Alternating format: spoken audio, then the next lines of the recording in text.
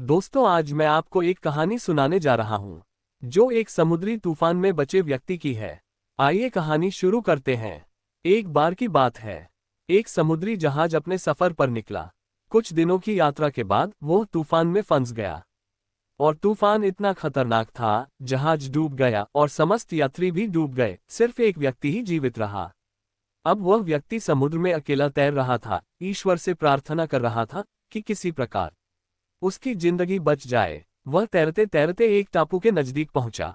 टापू में जाने के बाद वहां पहुंचकर वह भगवान को याद करने लगा कि हे भगवान, मुझे यहां से निकाल दो, मुझे भी यहां बचाने कोई आ जाए।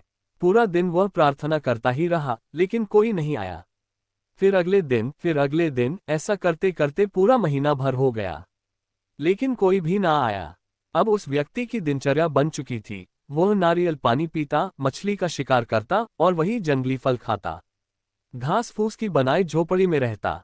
एक दिन सुबह खाना बनाने के बाद वह आग बुझाना भूल गया और टापू की दूसरी ओर भोजन की तलाश में चला गया। शाम को लौटा और उसने देखा कि उसकी झोपड़ी जलकर राख हो चुकी थी। वह भगवान को कोसने लगा कि इतने दिन तक मुझे यहां से निकाल कर बचाया तो नहीं, और मेरी बनाई हुई झोपड़ी को आग के हवाले कर दिया।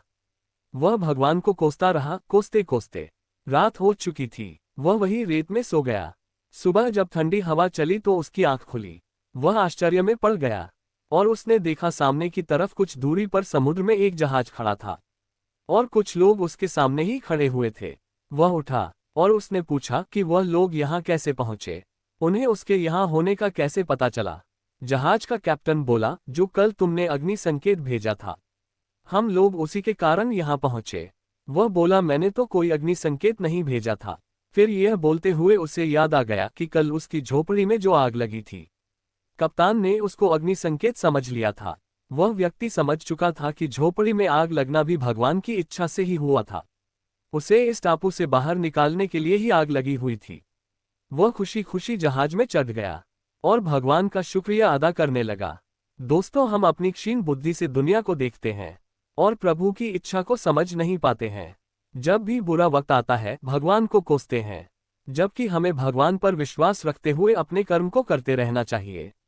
जब भी बुरा वक्त आए तो याद रखना, इसमें भी प्रभु ने आपके लिए कुछ अच्छा ही सोच रखा है, जो सही वक्त आने पर आपको पता चलेगा।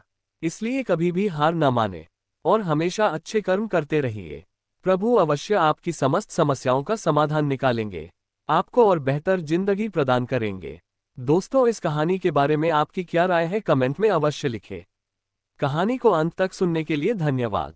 दोस्तों, अगर आप इस चैनल पर नए हैं तो वीडियो को लाइक करें और चैनल को सब्सक्राइब करें।